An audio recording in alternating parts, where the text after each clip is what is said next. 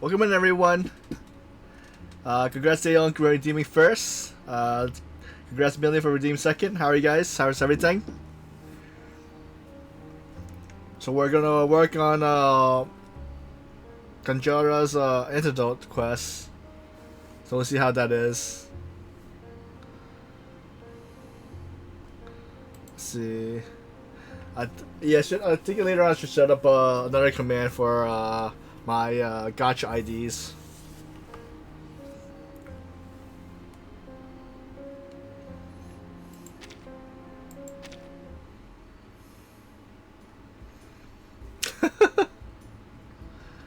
Are you finally back at home?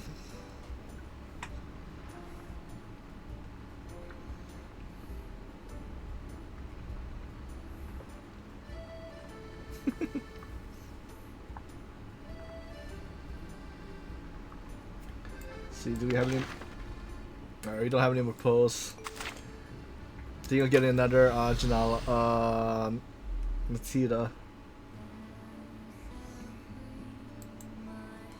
So we did finish the 2.8 main story.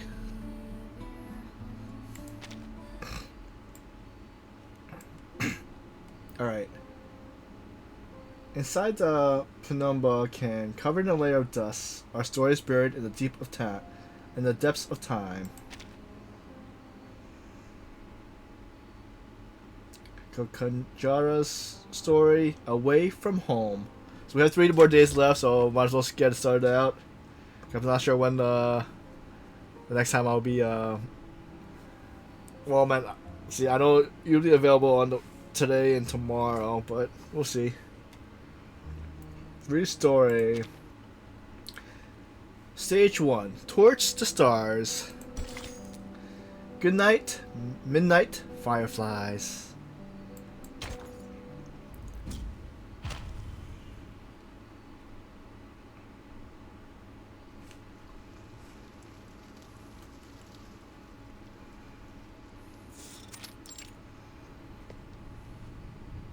Look, I actually met a lot of honest folks. Janahan, I know hunger hurts more than punishment ever could. Mortality only matters when people have full bellies, a place to stay, and a shred of dignity. The officer speaks gently, as if comforting a child who made a small mistake. Some kids will break a window, a counter, or even someone's head just so their mother won't go hungry. I get it, I really do. Are you that kind of man? The man cuffed to the chair across from him sniffles and tilts his head away dramatically. You're right, officer. The drama continues. He lowers his head into his hands, choking back tears. The officer places a hand on his shoulder and offers a single probing question. So, where's the money? And of course, the child. We're all very concerned about her whereabouts. The man sobs uncontrollably, mumbling incoherent words. What was that? Say it again. The officer brings his ear closer. But what reaches what reaches up to him isn't words. I bit him? Teeth tears into his earlobe, ripping flesh and unleashing a stream of blood. Let go, you damn swine god Arcanus from Marpar. Someone, get in here. Ha ha ha ha ha. Blood runs through the gaps in his teeth. The pitiful act is gone entirely. You really think I don't know what you're after? I'm an agonized scream. The door in the interrogation room bursts open.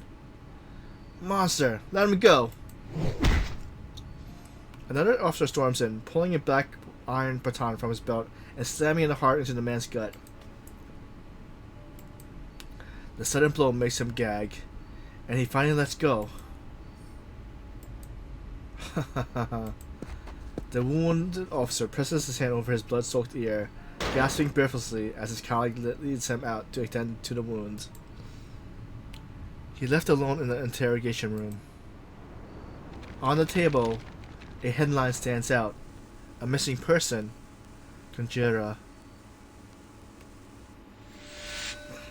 6 days ago. Why are you being so sneaky this time? Can't we just talk during the day? Ow! Knuckles wrapped the child's head, giving him a solid but painful knock. Shh! Quiet down, dummy. We don't want Miss Sergio to hear us. Wait till we're inside the cavern. Caravan. Boss must have something important planned. You said the same thing last time. And what happened? Turns out you had the time wrong, and I ended up getting bit in the butt by that guard dog. So, didn't I swap pants with you after that? You're so whiny. The kids shoves and chase each other, but as soon as the adult pass by, they shrink their necks and act like perfect students. In the night, they scurry like field mice through a melon patch to reach their destination.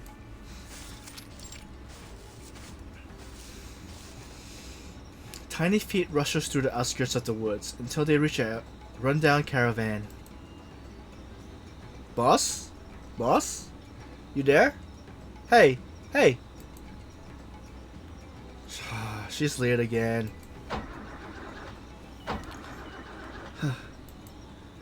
The quiet caravan suddenly rumbles like a puffing breathless giant. Who's in there? I'm warning you, get down here. This is our turf. What if it's that escaped killer? Let's get out of here, Ajar.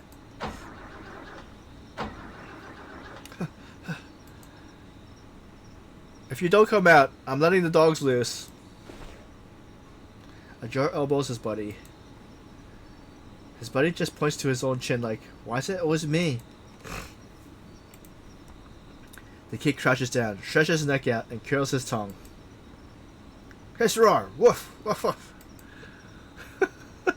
You hear that? But the intruder inside the caravan ignores them completely and even starts again. Only this time,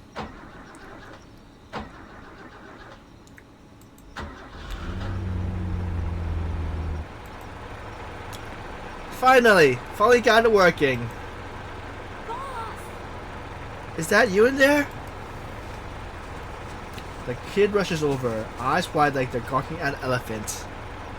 You fixed up the old caravan you folks left you. Whoa, where do you learn to pull off something like that? The giant door creaks open and a strawy kid crawls out looking like more like a baby bird than an ace mechanic. I'm choking. That kid at the repair shop wasn't lying. It seems not a bad trade, huh? Hey, Ajar, you made it!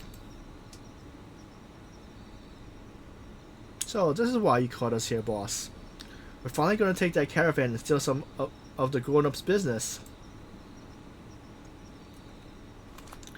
The kids cheer wildly, but their excitement is quickly doused with a cold splash of reality. No. We got it all wrong, Ajar. I'm going to take this caravan and leave Mon Park.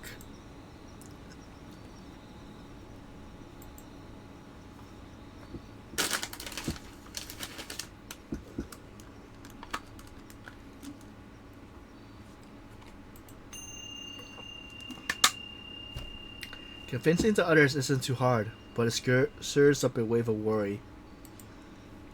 But could it really be true? If your folks are really on the other side of the country, why didn't they come here to look for you? The kid lies on the grass, staring up at the sky, fireflies floating all over them, but none of them are in the mood to catch them. That pickpocket who jumped off train, he looks just once at my snake anklet and says he recognized it.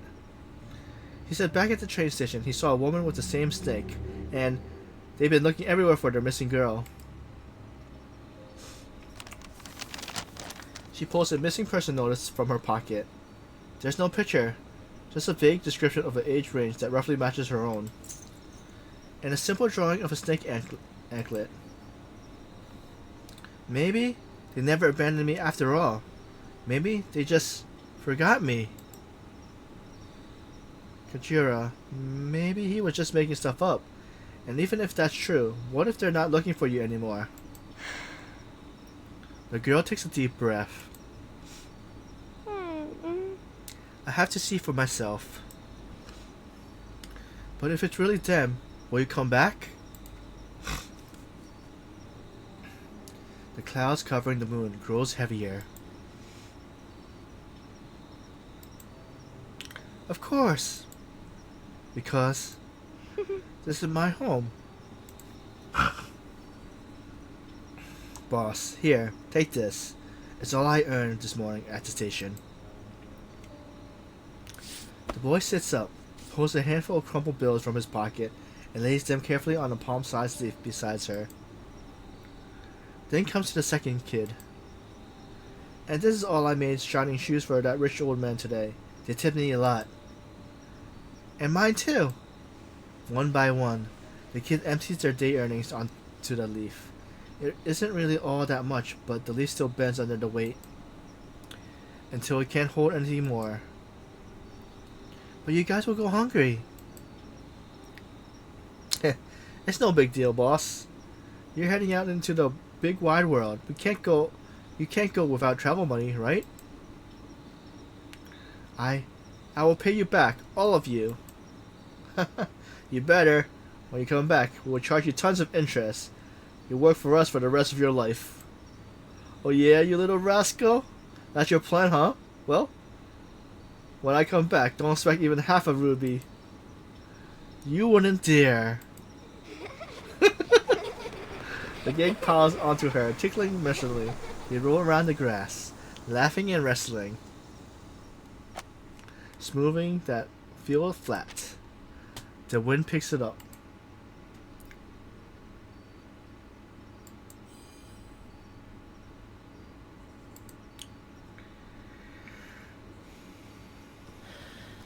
A figure stumbles into the woods, gasping for air, barely staying upright.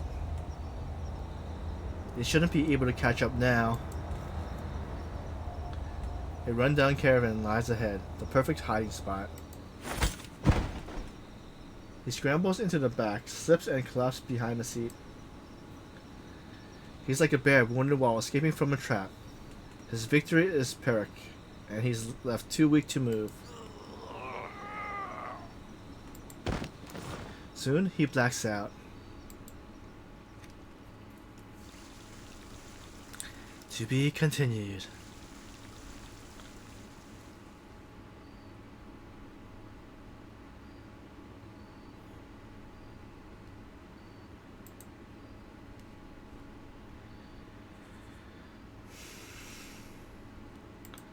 What happened?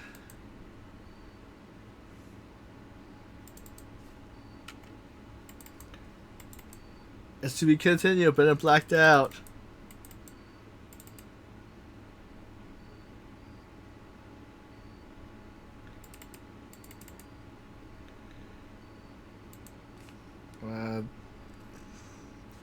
Let's see. Is it not responding or something?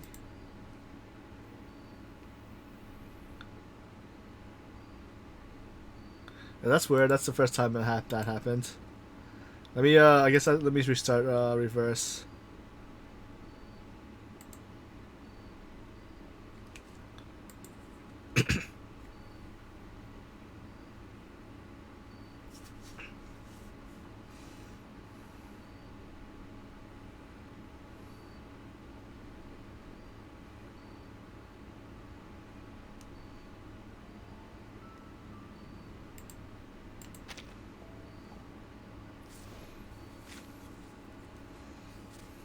You're setting off again, right? And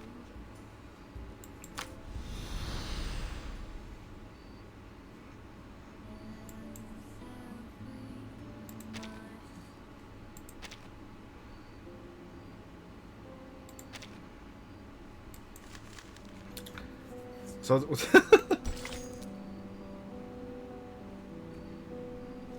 Vacation didn't ruin it this time. Wait, it's down to 10 again?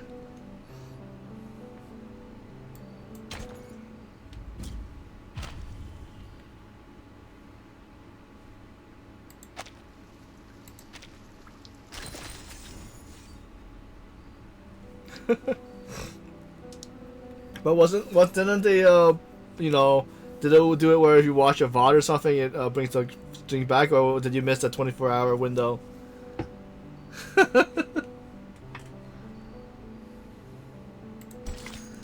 Stage 2. New kidnapping case. Warning. Always check the trunk when you lock your caravan.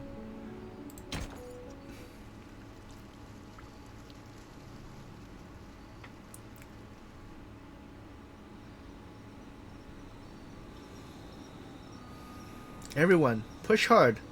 Boss has to get out of here. Get out before sunrise. If Mrs. Yar or anyone else sees us, it's all over. Yeah. There's only one way out of the village. I need to leave before Uncle Chapra comes to set up his fish stall. You all know anything that man sees will reach Granny's Satilia ears before noon. We gotta stay hidden.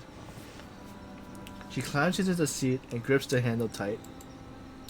Let's go! At her command, the kids push against the back of the caravan together. The wheel creaks, struggling over the grass. One turn, two turn, speed picks up as the wheel finds a slope, and then finally let go, watching as the caravan rolls towards the road out of the village. Let's follow her.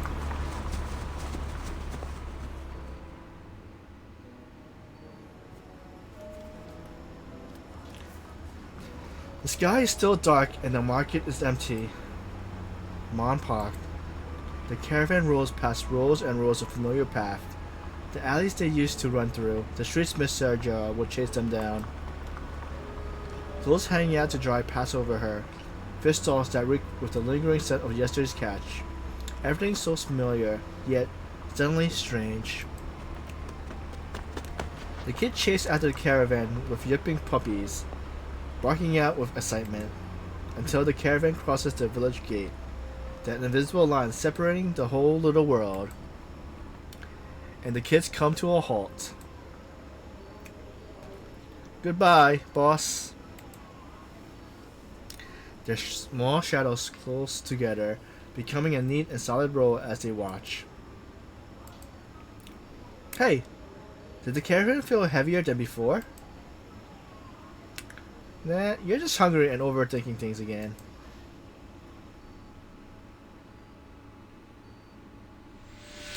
Five hours later.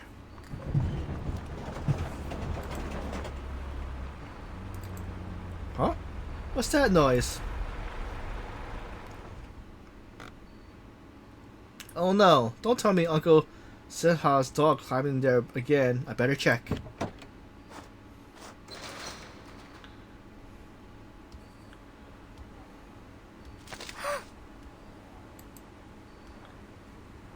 A black gun barrel stretches out from the door, and a battered figure crawls out behind it. Thanks for the lift, kid. He staggers, leaning against the caravan, but keeps the gun trained on Kanjira. Ah, damn it. Ankle's still messed up. Should have grabbed more loot before I left that village. Get lost before I change my mind. Go home to your mom. You're not fugitive, Jaharhan. He backed towards the driver's seat, but the girl holds her ground. Do you want to stop looking at me like that, or should I put a hole through your forehead? Dust kicks up from the ground, but she doesn't flinch. You're in my caravan. That's so... He tucks the gun away, pulls out a knife from his pocket, and limps towards her.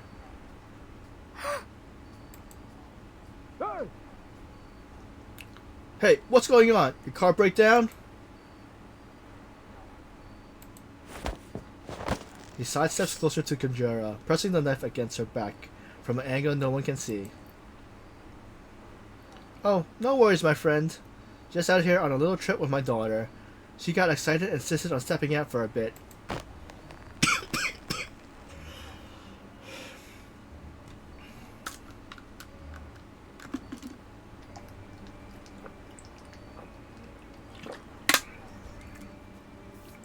The sharp edge pokes into her back, a silent threat.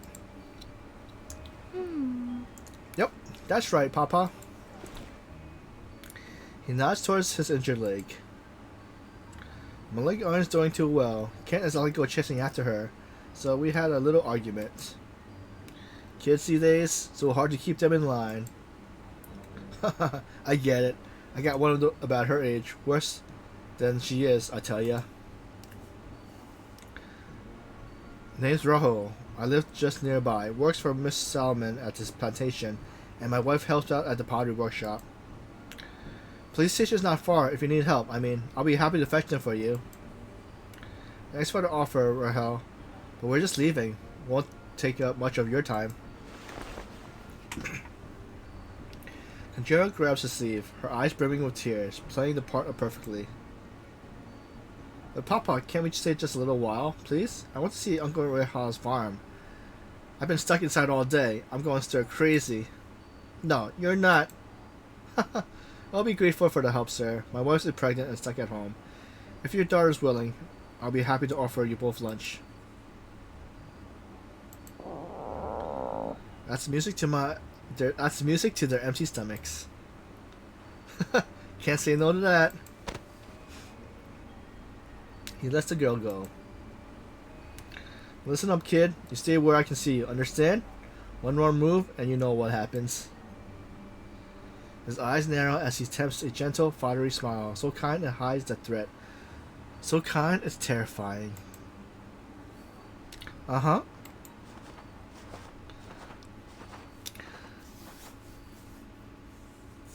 I forget what Kanjira's arcane power is. Because I don't think the fugitive is Arcanus. Oh yes, just like that, girl. You got a real talent. Press your hands evenly, even the clay moving between your fingers. Ah. Her hands slip just for a second, and the clay collapses. All her work gone. You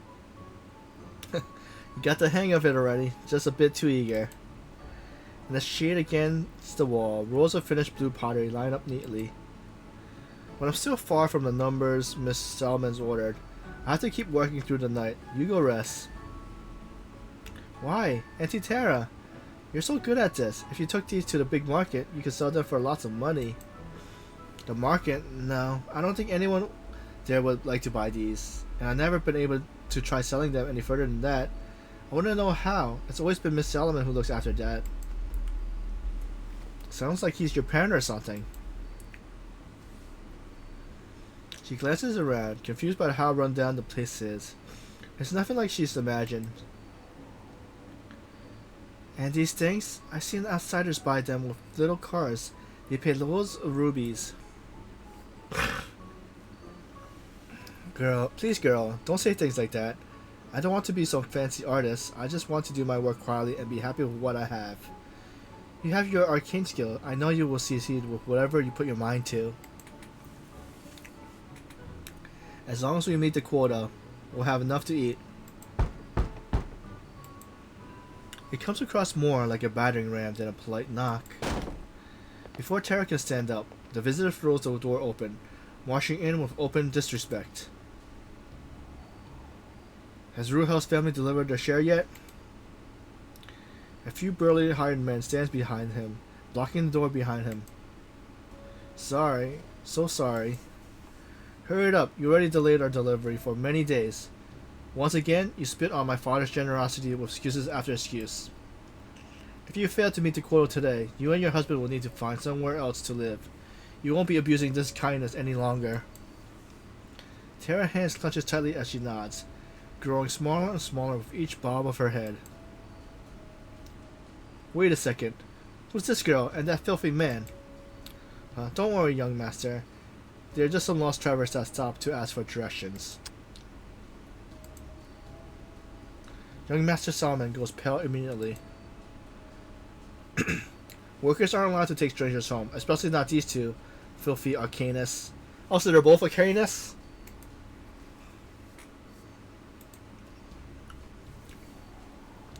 She bites her tongue, sensing the fear of Auntie Tara. The man approached, sizing her up. I'll be back later for the rest. You know what happens if you're still short. The young man and his dogs turns away, and the girl pounding heart finally settles. You must leave, quick! His young master Salmon reports this. She hurriedly wraps some of flatbread and stuffs it into Kanjira's pockets. But Kanjira grabs Tara's hand and slips a number of bills into her palm. What are you doing, child? Maybe this will help you, Auntie. I want to be your first customer. Let's go, Papa.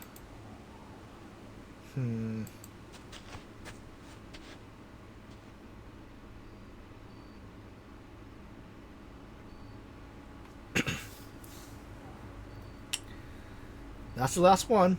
Father could have just sent a servant to do this. Why make me run around? Hey, you two. I'm thirsty over here. Yes, master. What do you need? The young man reaches into his pocket to pull out some cash. Where's my money? He frantically pats himself as if searching for a bullet wound. Your jewelry's gone too, master. That girl from Tara's house, when she brushed past you. I saw her caravan parked not far from here.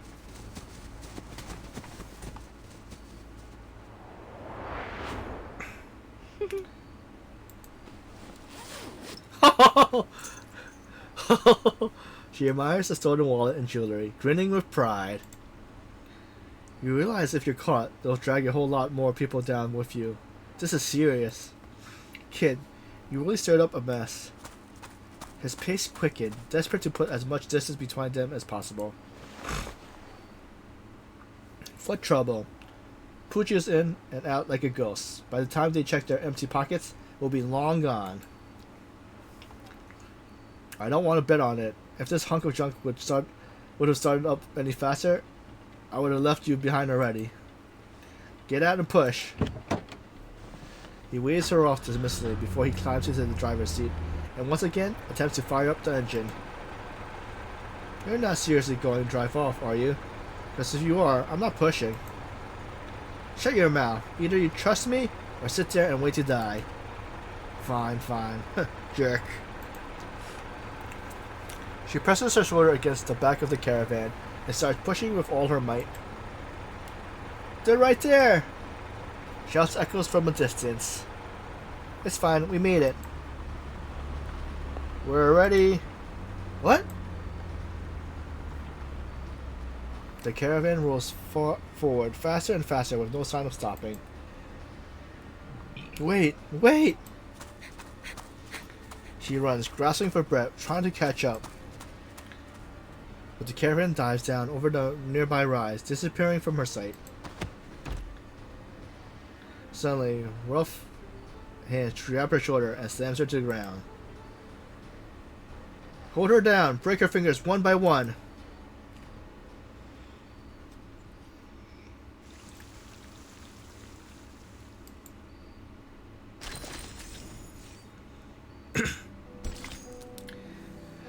Stage 3. Wisdom of the Rats. A cornered rat always finds a hole.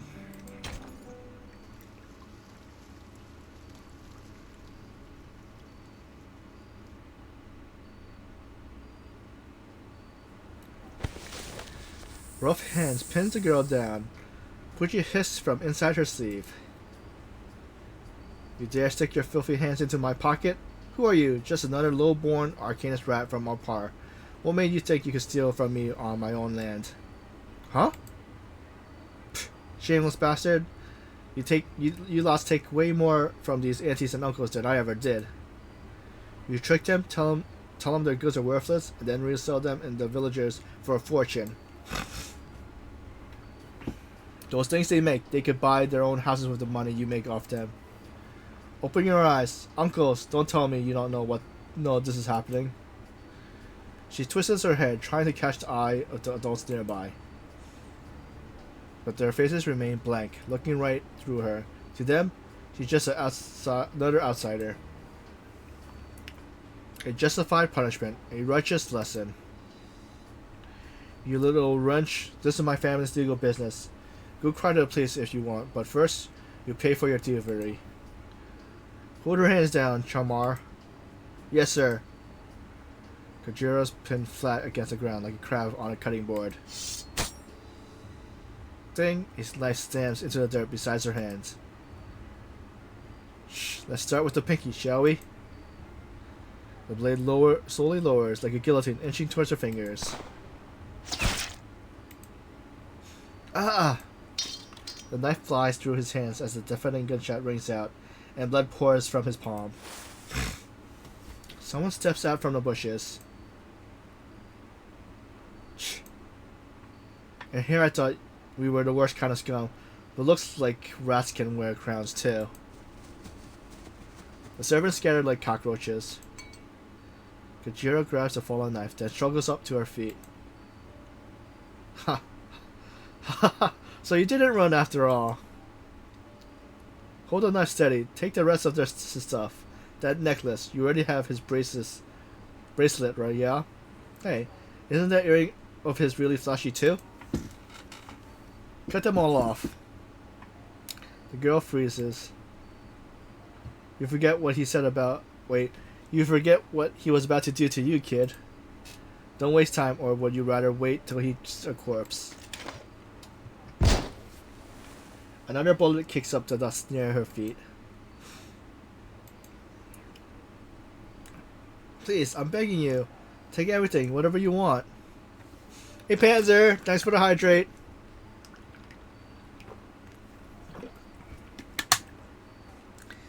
How you doing? How's everything?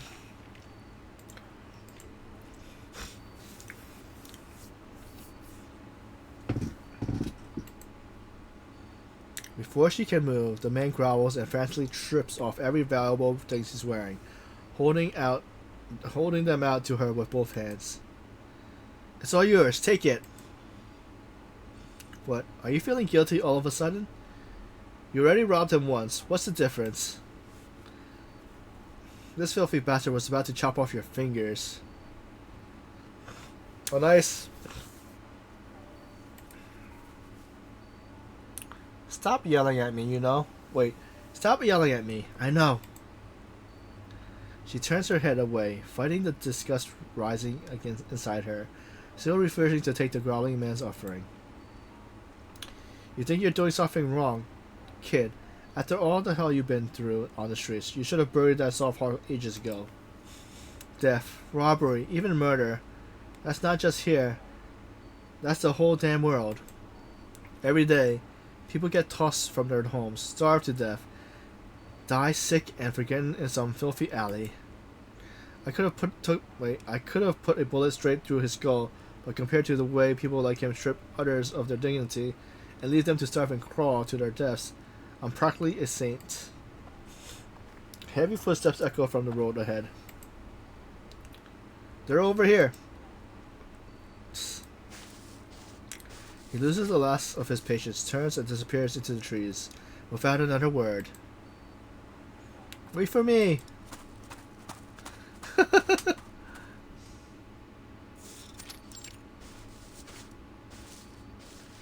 Pushing their way through the dense forest, they reach a quiet spot. My caravan, you parked it this close? The caravan sits by the lake, a few birds resting peacefully on the roof. If I slow down to wait for you, we'll both be dead by now. He checks out his gun. It has shifted into his pocket. With this thing, I can make them behave, but now I'm thinking I might as well leave you behind as bait. Most important thing is, we still need to get this piece of junk out of here. But why do you come back for me? I mean, you could have just left. I just didn't want them pinning a body on me. With the way things work around here, you can't trust them not to kill you and lay the blame on me. Get in, kid. We need to hit the highway before sunset. I know a place we can lay low for the night. And here's some advice. Don't let that soft heart of yours get you killed. What's the matter? Get in, idiot. She stands silent in the fading light.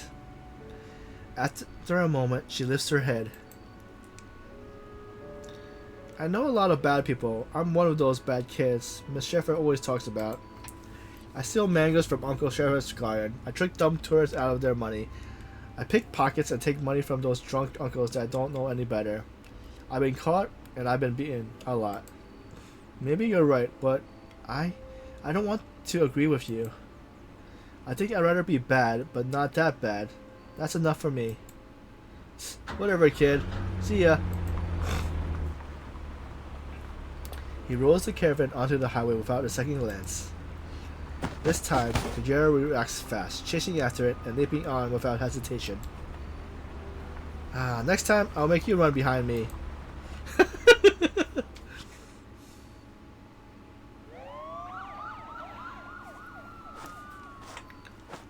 The mud's so soft, those tire tracks are fresh. They're not far. Jaharhan always been careful, but now it seems like he's slipping. Doesn't add up. You sure this isn't some lookalike? Maybe that dumb rich kid follows a false report just to cover his own losses. Another officer speaks in a low, worried voice. Looks like a simple robbery, nothing big. We can hand this off to the local precinct. No point wasting time. A murderer with a price on his head, and he risks everything over a few bills. How does that make sense? It wouldn't be worth it. The lead officer straightens up, walks over, and claps him on the shoulder. It's worth it. Maybe the girl he took was worth even more somehow. We just haven't figured out that part yet. Not yet. He strokes his mustache, eyes glinting like he spotted a fish near the hook. Won't be long now, boys. We'll wait until the rat runs out of holes.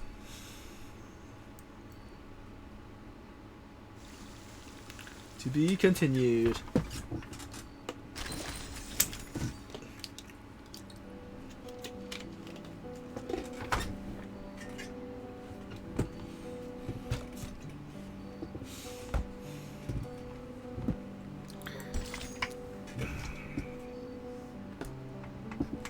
Stage 4.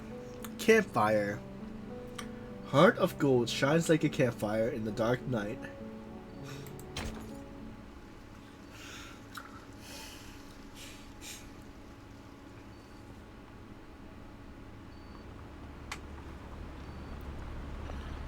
The lone caravan rolls down the vast empty road. Kid, do you realize how ridiculous your plan is, right? Running to the far end of the country over a missing person poster. You're only headed for disaster. What makes you think you'd get anything out of it? All that sneaking and thieving back in Mount Park should have taught you better. Naive. That's a word for the luxury only rich folks could get to afford. So tell me why a street rat who already has her fair share of the knocks still wants to play dumb. Kanjira puffs out her cheeks in frustration. Huh. Not even a beard on your chin, and already preaching like some old man. What do you even know about me? I've done plenty of good deeds in Mount Park, the kind even Miss Potter would approve of. You self-important grump. As she fires back, the caravan begins to slow down. A few more bumps and it strutters to a stop on the roadside. What now? I didn't say anything that bad. The man behind the wheel stays silent for a long moment before turning around. No. He rubs his forehead and sighs. The damn thing's busted.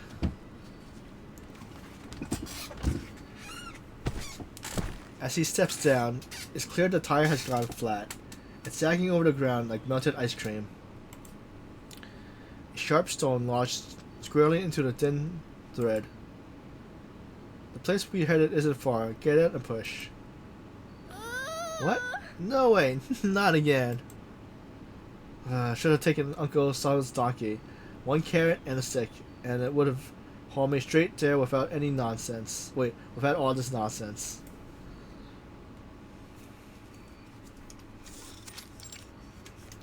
Vagrant camp. Hey, this way. Push it inside. stupid jerk. Soon enough, I'm gonna kick you out of my caravan. She groans and pushes the caravan into the unfamiliar camp. Patchy, bright, colored tents abound, cobbled together from scraps of cloth and stitched up rags. A coalition of drifters and outcasts. Is this place safe? Countless wary eyes fixed on the newcomer. Until... Alright, calm down, boys. The man steps out from the shadow at the sound of the familiar voice. Johanna, you old fox, I figured you'd be rotting in a cell by now. What got you crawling back here? Let me guess, stirred up some trouble again and need a new place to hide? The suspicious look glows heavier. Whispers ripple through a crowd. Well, you're not welcome here. A bottle flies from the shadows and smashes at Jiharo's feet, soaking his pants. He doesn't even flinch, standing his ground. He tilts his head back, not looking at Sarah, but calling loudly into the crowd. Vautier, I came here seeking your help. You know better than anyone what I done. I deserve punishment, fine, but I won't take the blame for crimes I didn't commit. And this time, I'm not just here for myself. Don't make me say it again. Get out! Sims lunged forward, shoving Jiro before launching into a barrage of fists. Jiro then opened his hands, absorbing the blows as he let the man hand punches after punch. Hey, what are you doing? Let me go. We're leaving, okay? Who even wants to stay in this dump? She tries to pull Jiharo's hand up, but gets pushed aside. Listen, I never begged anyone for anything. I don't care what happens to me, but tonight, you let this girl stay. For that, I'll pay any price. Go on, hit me all you like. Sorry, kid. This is what I owe you. After this, we're square. Come on, I can take it. Hit me. Sims lets go of Jiharo's collar, a curious grin spreading across his face. He picks up a metal rod from the ground. Let's see how much you're really willing to pay. A gunshot rips through the night. What? My gun? Heh, easy now. Let's all stay calm. Kanjira stands there, a heavy gun weighing her small wrist down as she shakes. Hey! Back off! Listen, I don't know who you people are, but Jiharan, he's my driver and I won't let you bully him. The air becomes tense and still. The crowd steps back, giving the girl a wide berth. Then all at once they stand still, not daring to make a move. Enough. That's enough. Put the gun down, girl. Jaharan, accept your terms. The restless crowd goes silent. Vautier?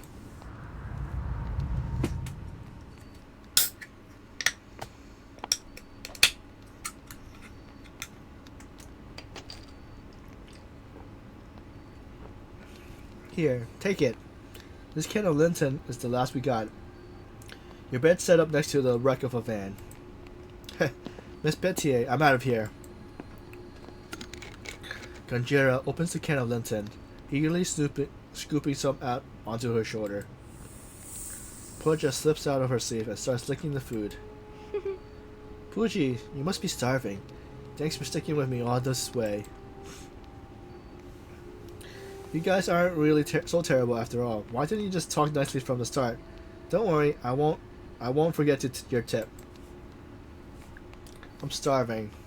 Chomp chomp. So good. Slow down, child. Thank you, Bettier, and sorry for the girl. I really didn't expect her to grab my gun. You're a better man than you know, Jarahan. That girl reminds me a lot of you, so stubborn and wild. But what you're doing for her is good. That's something I've never seen in you. It's something most of the others wouldn't believe. I never did those things, you know that. Truth only means anything to the law. Jarahan, no. Not even here. It's how they feel that matters. My job is to keep everyone here safe. And you're no longer one of us. She dusts off her clothes and stands up. Siggs, check your van. It's not just the tires. It won't be fixed anytime soon. Huh? What? You can wait, but you won't be welcome here. I can have someone fix it for you. You can come back for it later. But tomorrow? What? She points beyond the camp. Before dawn, follow the Eastern River through the woods. You'll find train tracks. There will be a train heading towards the Coromandel coast. She turns to leave, but stops, remembering something. Oh, and Jerahan? See me in my tent before you leave. There are things you need to know. She walks away. Jerahan gets up and moves to follow. Wait, Jerahan. She pulls out the items she stolen earlier and looks at him hesitantly. Your friend seems powerful. Could you ask her to protect Auntie Tara's family back at the plantation? I'm worried they'll be in trouble because of me. I'll give all of this back if that helps. Or even offer it as payment, whatever it takes. I'll tell Bettier. She'll handle it her own way.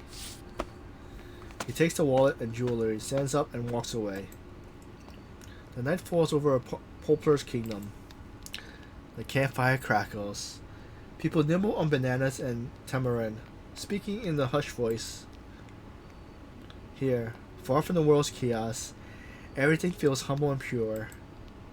Their clothes are patched and worn. The pots and bowls are dented but scrubbed clean. In the silence, the old man with white hair and a long beard moves closer to the fire. I heard that you're traveling far, child. The prophet told me this will be a lonely journey. Fate brought us together this night. Here, child. Really, Grandpa? Are you giving me some canned food or maybe some rubies? Something even better.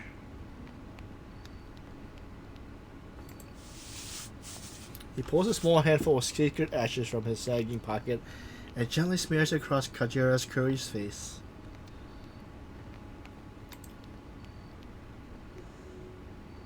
Are they staying, Mama? No, they're heading to the far end of this land soon, like migrating birds, to across forests and rivers, through heat and cold. It's a hard road ahead. She's so brave. The little girl opens her box of treasures. Inside, wrapped peppermint candy sparkled in the moonlight like diamonds. Hmm? Huh? Is this for me? Yeah. If you're ever in the desert, just suck on these and you'll feel cool again. I hope you find your family soon. Thank you. Kanjira lowers her head slightly, taking the gift with both hands. She's used to kindness with strings attached. Kindness that stings. But this is something different. It makes her feel shy, like she doesn't deserve it. She nods and decides to give something back to this new world. When I reach the sea, I'll find you some pretty seashells and bring them back for you. Okay, then we meet again. When I'm better, I want to ride your caravan too. She returns to her mother, resting her head while watching the fire. The flames crackle and the leaves whisper with the night breeze.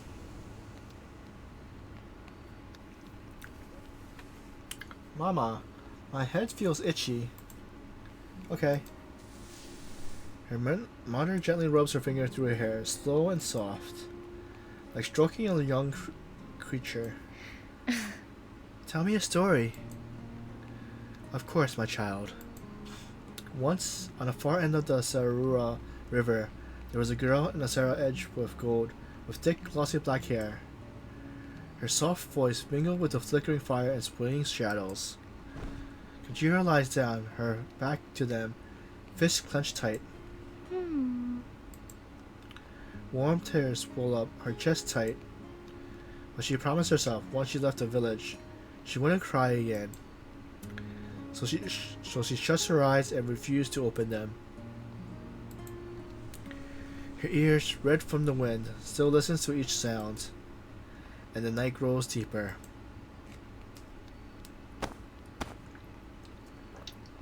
Wake up! Wake up, kid! Huh? She rubs her eyes and rises from her cardboard bed. Time to go.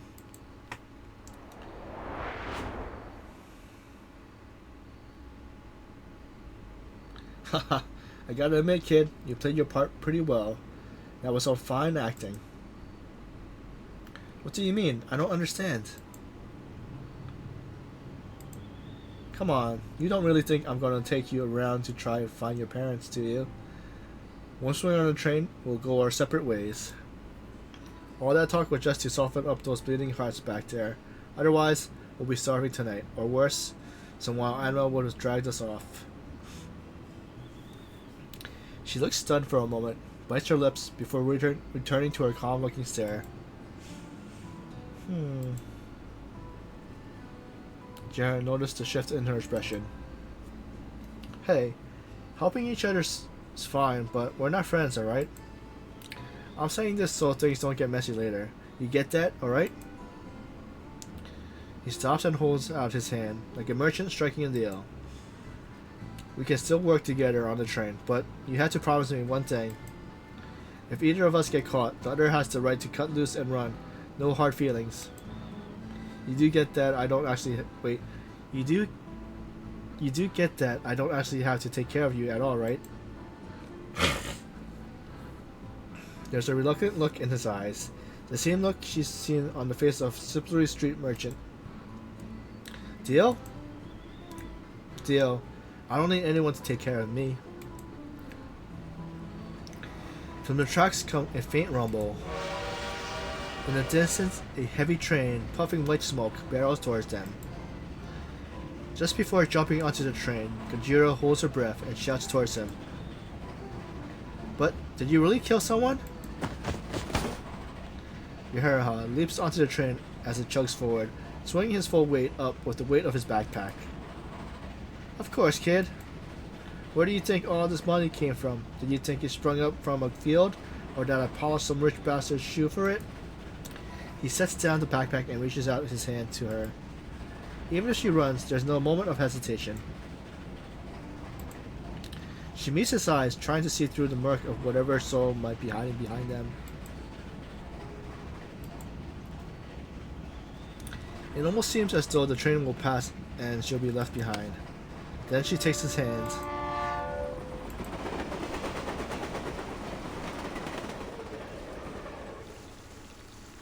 To be continued.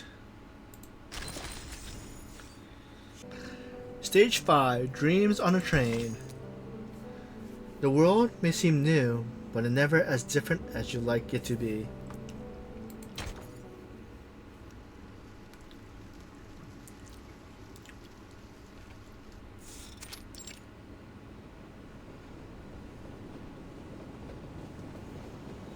Ladies and gentlemen, these young critters, 1,000 times cheaper than new babbles, are the best guardians for your home. Specially breeded by our top caretaker, you won't find a better deal anywhere. The merchant holds a confused critter high above his head, pinching it to the passengers as he passes them by. The carriage is packed shoulder to shoulder, the air thick with sweat and the smell of critters in their cages. A woman in a faint sarong carries a baby strapped to her back. Barefoot men cling tightly to the entrance railing. Children dart this way and that between the legs of adults, playing hide and seek and dodging would-be scolding. Wow. There are so many people here. Everyone is trying to be somewhere else. Somewhere new. Staying stuck in one place for too long makes you a rare creature, kid. Nobody wants to stay put forever. Merchants, students, beggars, assistants, idiots, or clever little pickpockets. Everyone wants to peek outside. Want to peek outside their own little world. Otherwise, how would they ever figure out where they really stand? People who never leave home never figure out who they really are. Excuse me, sir. Stay close, kids. Eyes forward. No wandering off or stopping. A teacher raises her hand high, leading a group of children into the carriage. Wait. Wait, what? Wait, miss, wait! My wallet's gone. My ticket wasn't there. A boy digs through his pockets, calling out for help. But then kiosks the train, his small voice is swallowed whole. It should be here. I swear I put it in my pocket. He fumbles helplessly, unaware that his teacher and classmates had already left him behind. Huh? Fuji, you saw what happened. That man took it. The little snake hisses softly by her ear. Kanjira looks towards the direction of a flicking tongue. A hunchman in a long coat stands there, not at all looking like a thief. But she steps forward anyway. What's the matter, kid? Suffering so bad you lost your mind? Be smart and back off. This one's my catch. Before she even speaks, he already figured out who she is. No, I just want the wallet back and the train ticket. You can keep the money. And what if I say no? You're out here trying to be a saint while picking pockets yourself?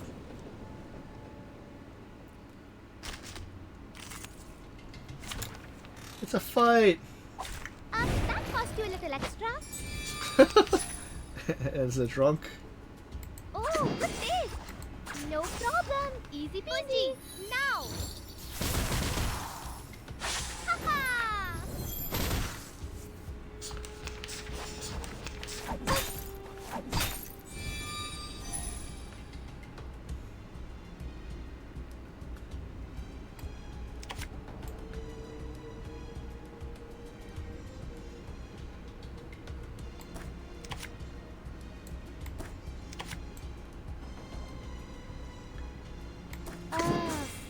Can I reprise it? No problem. Easy peasy. The star has moved, so will the mortal spirit. Oh, this is no good.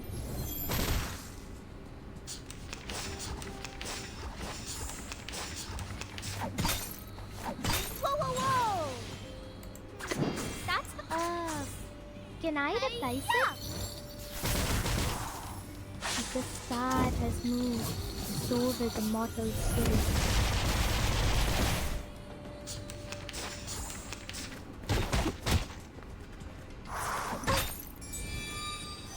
Oh, what's this? That's for another prize. I can see it clearly. Unji, now!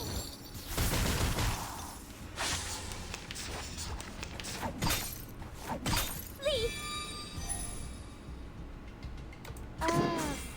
Can I reprise? No problem. Easy The peasy. star has moved, so will the mortal spirit.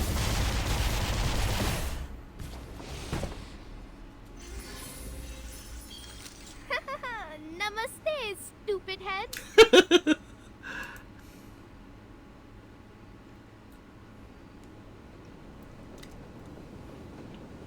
More eyes scatter, the crowd thickens, and escape looks harder by the second. Damn it, of all the rocking luck, had to run into a dumb little brat. He tosses the wallet aside and vanishes into the crowd.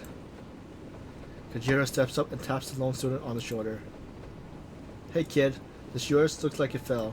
Thank you. She thanks her, but then glances down at her dirty elbow and scraped knees. His guard shoots right back up. Hey, Buji's eyes never miss a thing. I have to go. He runs without another word, and mix of fear and prejudice rattles in his voice. Hey, wait!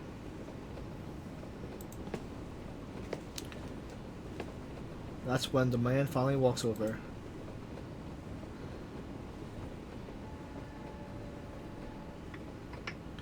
You do realize the moment he tells his teacher, they'll pin whatever money missing in that wallet on you, right? Thought you were smarter than that.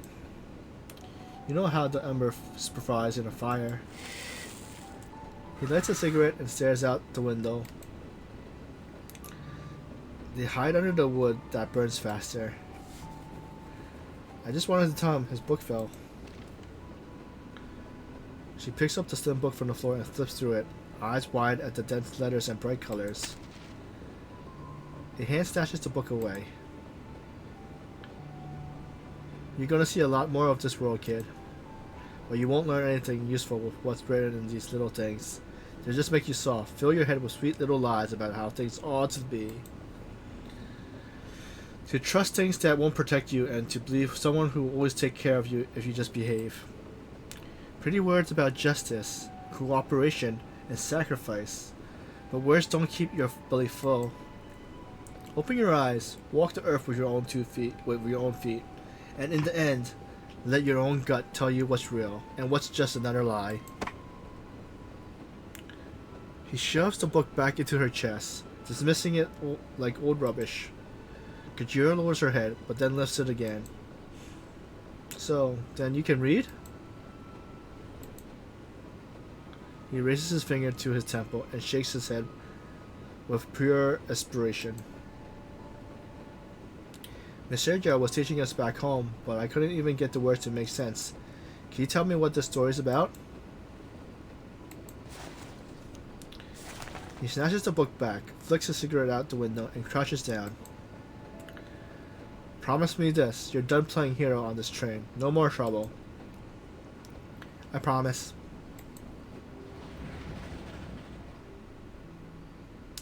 Despite the noise of the train, she listens carefully to the story.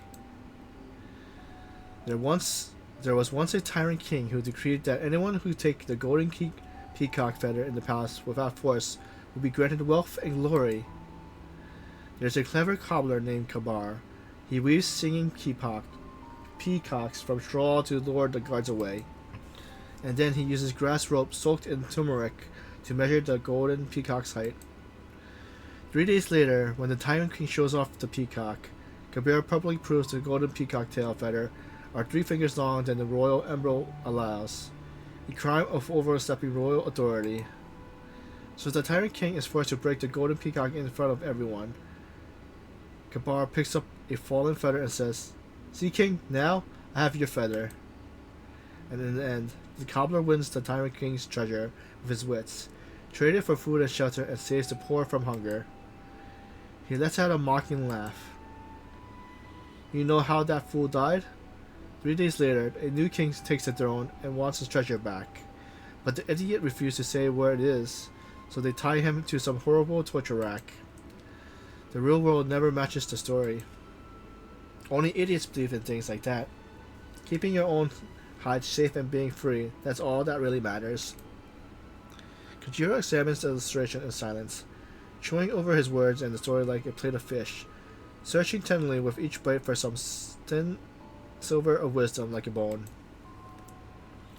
What General had said matched everything she ever known, yet some stubborn part of her resists, and a part of her buried deep under layers of callousness. The carriage, already noisy, grows noisier. People stand up all at once, pushing towards the window. What's going on, Jeraha? Still mourning the cobbler's fate, she doesn't sound curious, just wary.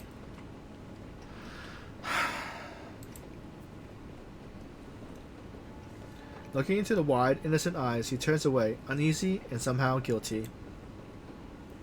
Fine, over here, kid. He crushes near the window, annoying the grim on the floor, and offers his back. Climb up. Huh?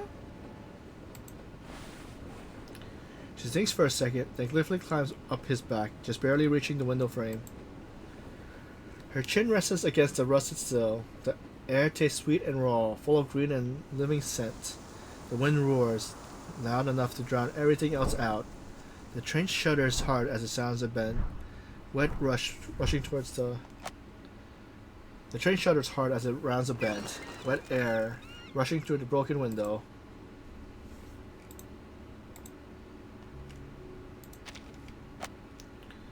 Fighting against the wind, Kanjira forces open her eyes.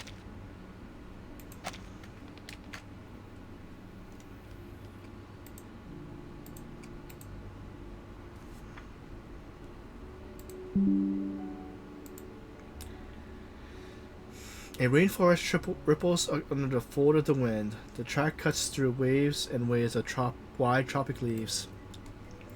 The green tide that ebbs with the wind. The distant waterfall roars and birds call as they fly above them. Her mouth open, words caught on her tongue. She feels like a sailor seeing land for the first time, ready to shout from the mast. And then, like greeting a brand new world, she lets out a roar and primitive cry.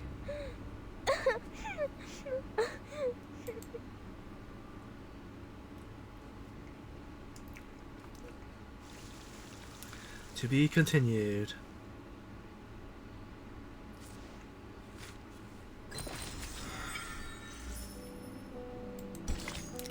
Stage 6. Rats and Cats. A conspiracy plotted long ago.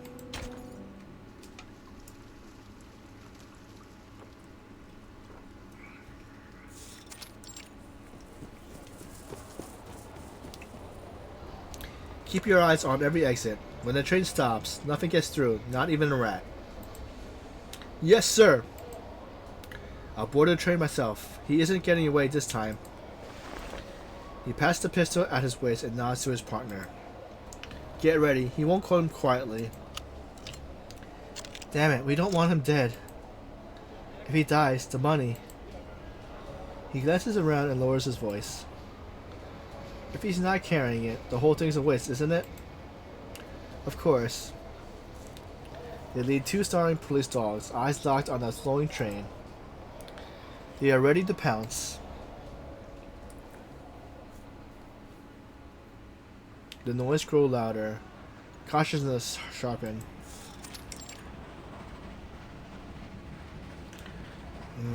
Why is it so loud this early? She rubs her eyes and sits up on the floor. Jared crouches by the window, peeking outside. Something's off. It's way too quiet out there. One of those bastards must have tipped him off. The cops probably have the whole station locked down.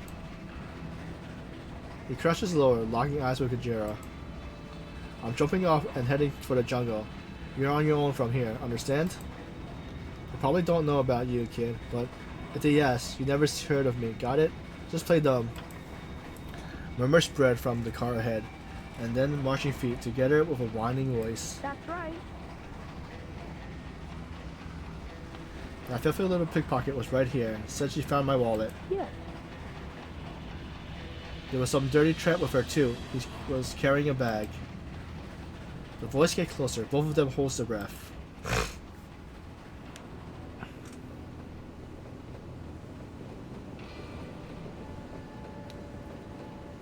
He wouldn't lie, officer. If he says he saw something, I believe him. Thank you for your help, ma'am.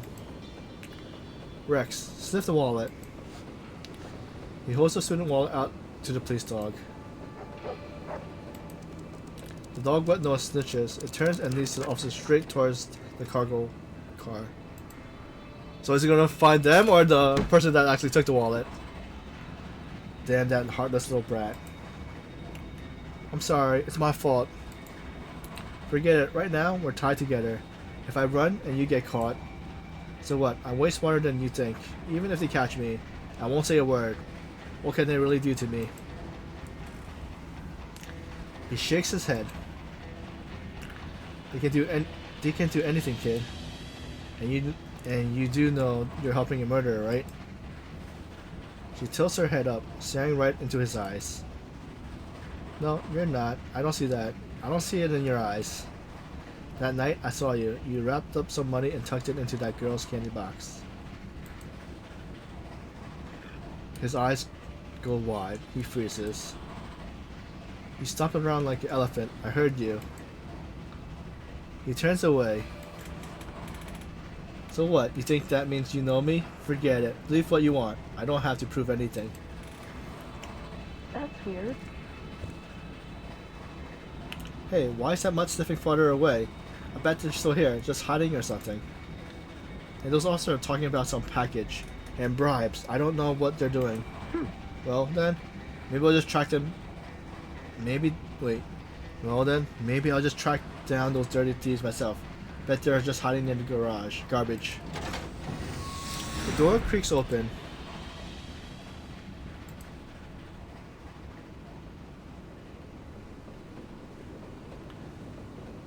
The police dog catches the scent. Officer, come on! Cut me some slack. I'll give the kid his money back, alright? Damn it, this isn't who we were looking for. He slams the baton hard on the thief's stomach. Where did you see them? Which way did they go? Did the man have a bag with him? Blood streams from the thief's nose, mixing with snot and tears. They went that way. I don't know anything else. Please, stop hitting me. The thief collapses to his knees, trembling, and points towards the cargo hold. The officer leaves the man behind and inches towards the cargo carriage. Outside, a chorus of barking erupts, and a fist bangs hard against the window. Get out of here, boys! Jarahan jumped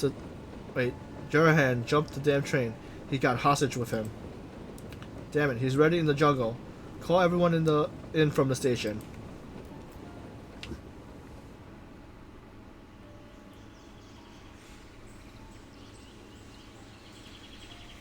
Haha. Move, damn it.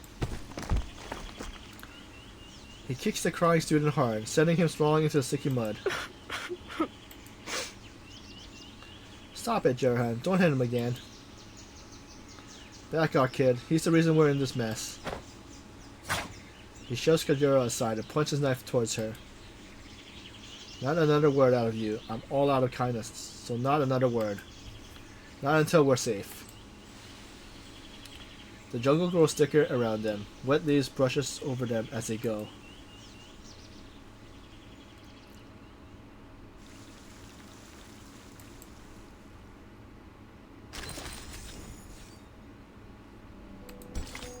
Stage 7. The Truth. Some mistakes pain for the Truth Serum.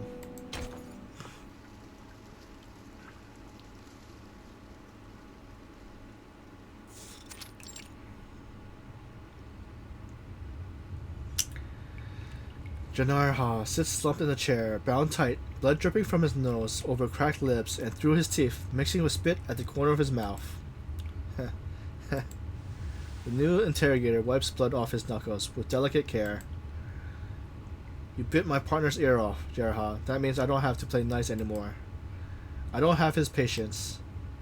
Let's review and clear your head a bit, Janarha. We found you in the jungle with a kidnapped student and an empty bag. And that girl is nowhere to be found, and that student is still unconscious. Hasn't said a word. The interrogator narrows his eyes. So, want me to explain that bullet in your shoulder? You're gonna tell me what happened, and then you're gonna tell me where that money is.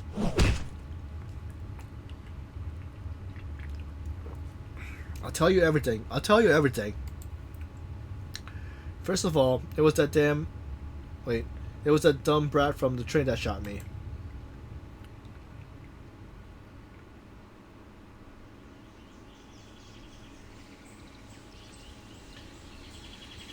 Stop running, both of you. Or I'll shoot. I'll shoot you both. See if I care. He kept running towards the river, and I was right behind them, dragging the bags. You have to cross. He's carrying too much. He can't keep up. But I can't swim. Shut your eyes, just kick your legs and move. Don't think, just swim. I chased after them, but the bag was too heavy and the current was too strong. I was close, so close I could almost grab the brat's arm. What? My bag! Just as I was about to grab him, the bag snagged on a rotten log. Of all the run, ugh. I yanked at the bag, prying it free, but as I turned back, I felt the weight of my gun was missing. Don't come any closer, I'll shoot! Don't think I won't, you thief. He's just a kid. There's not a chance that he has guts to pull the trigger. So I took another step.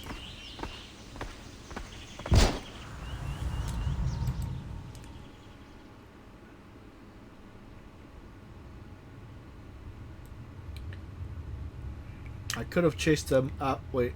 I couldn't chase them after that, so I just dragged myself back to shore. Didn't even notice my bag were torn open. And just like that, all that cash, everything, washed away in the river. Then I found a tree, something to rest up against. When I came to, well, you think I'm some kind of idiot? You're trying to tell me all the money is in the belly of some fish out there? Your story stinks. For one thing, we heard 3 shots. Well, That kid couldn't aim for shit. We could still work something out, Jeraha. You sure want to keep selling me this bullshit? Sir, there's a crowd outside. It's a whole bunch of vagrants and now some reporters. They're blocking the streets. It's turning into a real scene.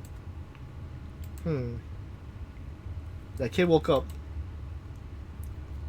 Also, a name named Tia is here. She asked to meet with the chief. He wants you in his office.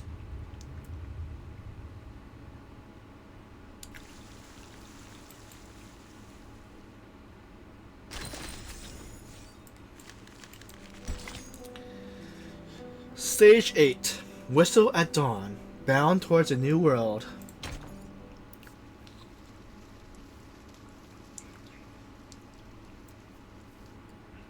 Rainforest, 5 hours before Jeraha's capture.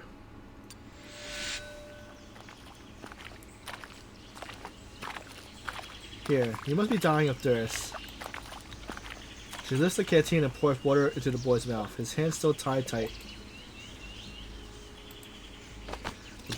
The boy gulps it down fast, but the canteen is snatched away. Keep that for us, don't waste it on him. Don't start with me. Remember, I didn't ask you to tag along. You were the one that wouldn't leave. Now we're here. Like what you see? Jeraha grabs the boy's hair, jerking his head up. Move it, kid. There still might be a chance to get out of here before the circle to the other side of the jungle. We cross that river and put some distance behind us, and then we'll lose them for good. But we still got to hack our way through the bug-infested jungle before we even see a road. Promise me, once we cross this river, we'll let him go. Gerhan stops in his tracks. Do I need to repeat myself? You can leave anytime you want. Go ahead. In fact, I really don't want anything to do with you, so how about you do both of us a favor and stay out of my way. But this little runt isn't going anywhere. I know his kind. He won't just let this go. I swear I won't I swear I won't tell them anything. Just run. Leave me here, please. No, brat. You come with me. You're the one that wanted to find me, weren't you? Well done. You found me all by yourself. Happy now? He slaps the boy's head from behind with a rough palm. Please, Jeraha, let me go. It won't do any good to drag him along with us. If we don't, they'll just have one thing to pin on you. Pin it on me? You think they're only looking for me now? They already made up their minds. They'll beat us both to a pulp and bury us under a pile of fake crimes and call it justice. So how about you stop worrying about me and start worrying about yourself? If you don't believe me, go ahead, run back and find out. She'd never seen Jeraha like this before. His face is twisted, almost monstrous. She noticed a sharp stone suddenly appear in the boy's bound hands. He had picked it up, likely when he fell before. The boy catches her gaze and offers a look of desperation. Please, don't say anything. Jeraha. What now? Do I need to kick you like some lost puppy to get you to finally leave? She takes a deep breath. You need to rest for a bit. The river's right ahead. If we try to cross it without a plan, the current will sweep us all the way before we even reach the middle. You should check the water first. Who knows how deep it could be. He hesitates, then nods in agreement.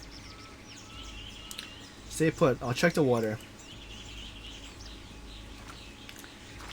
He moves towards the edge of the river, eyes darting, breathing still heavy in his chest. He takes a soft but sudden step into the water, feeling the current again against his leg. Then he looks across to the far bank, measuring the distance. The current's not too bad, but we need a rope. Gotta cut some vine for that. Hey, you two! He turns back and sees only Kanjira. He scans the brush, catching sight of the boy as he runs back into the dense forest. I'm a damn fool.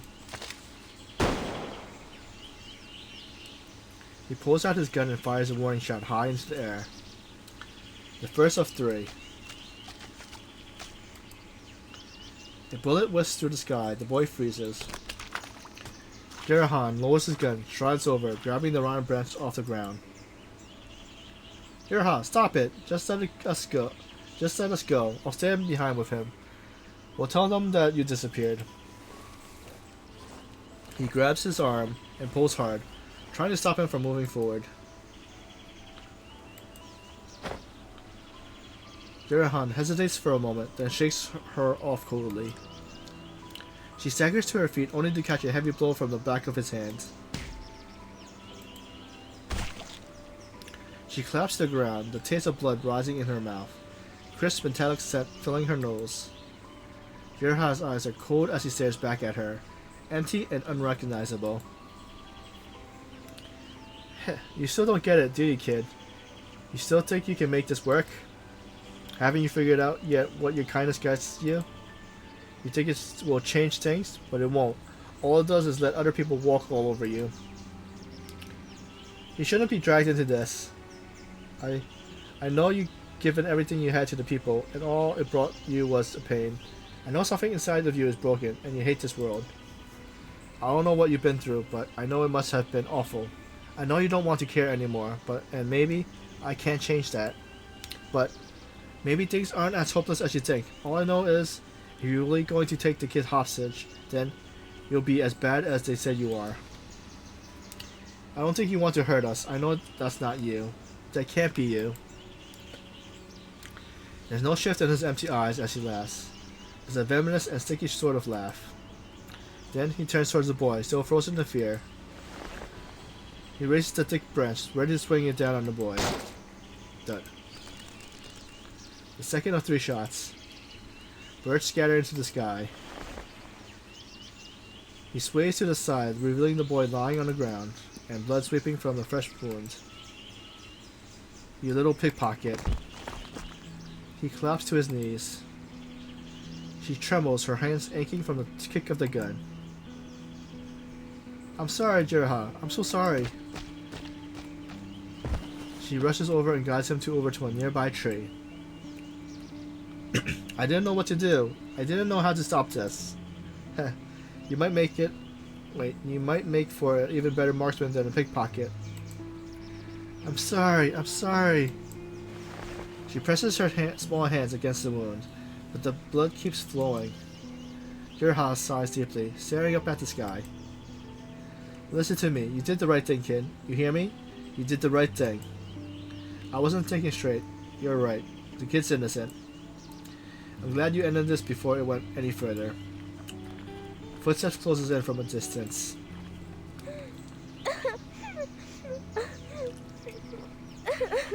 You weren't really going to hit him, were you? Still think you can figure me out, don't you? No time left for that. You have to go now. I'm not leaving. I'm staying here with you. Your parents are out there waiting for you. Then we have to leave together. No. No. Come on, please. You can lean on me. She tries to lift him, gritting her teeth, but he pushes her away. He reaches into his bag. Take this.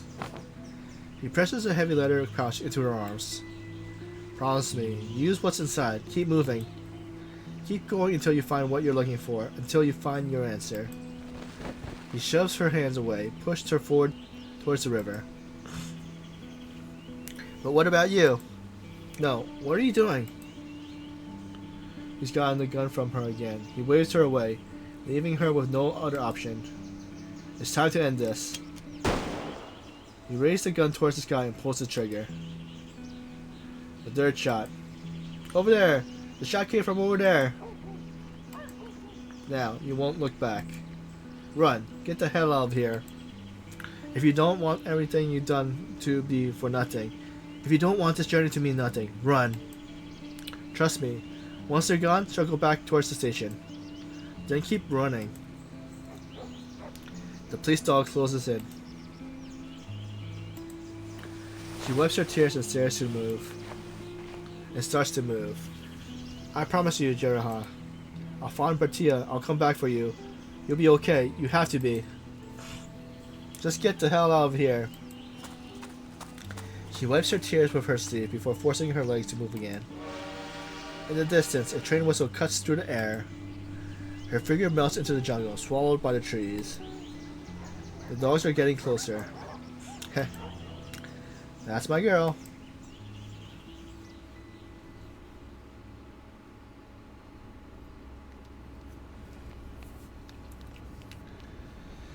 Jerha, you need to know something. A pair of elderly folks came to see me at the camp earlier. They recognize the girl. They know her name and where she came from. You're saying they're her parents? Then why the hell didn't they come see her themselves? She doesn't show blame in her eyes, only the kind of calm that comes from carrying too much regret. It's not that simple. They're in a lot of trouble now, and they can't risk dragging a child into it. Maybe that isn't the right thing to do. Maybe they'll regret it, but I will respect their wishes. Listen, I can't tell you more, but you need to understand. Seeking the truth will cost far more than you imagine. You need to convince her to turn back. There's nothing for her out there. The man stands, defiant. I'm not doing that. She's stronger than you think, and this is her journey. What she's searching for is bigger than any answer you people can offer. But it's pointless. There's nothing close to that, Batia. There's more to this world than what you're willing to see.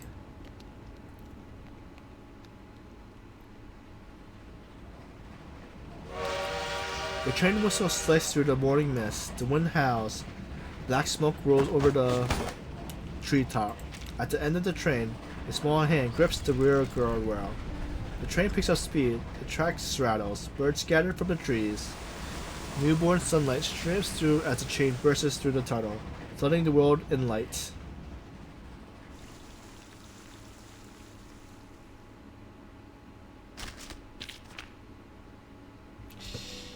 So I guess their parents are still alive, but we're kind of wondering what kind of trouble they're into. And also wondering, like, did Jerahan get like released?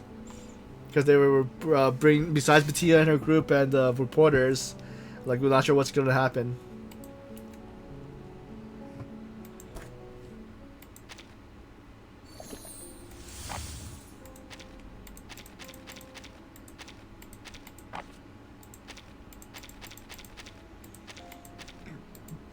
Okay. Finish their story. Alright. I think that should be all for tonight. Alright, so thanks everyone for coming out for today's stream. We finished Kanjira's Anecdote. So that was kind of an interesting story. We did find out that, you know, she does have parents, and at the time they can't get together because they're in a lot of trouble, and they didn't want to risk her be pulled into, you know, the issue.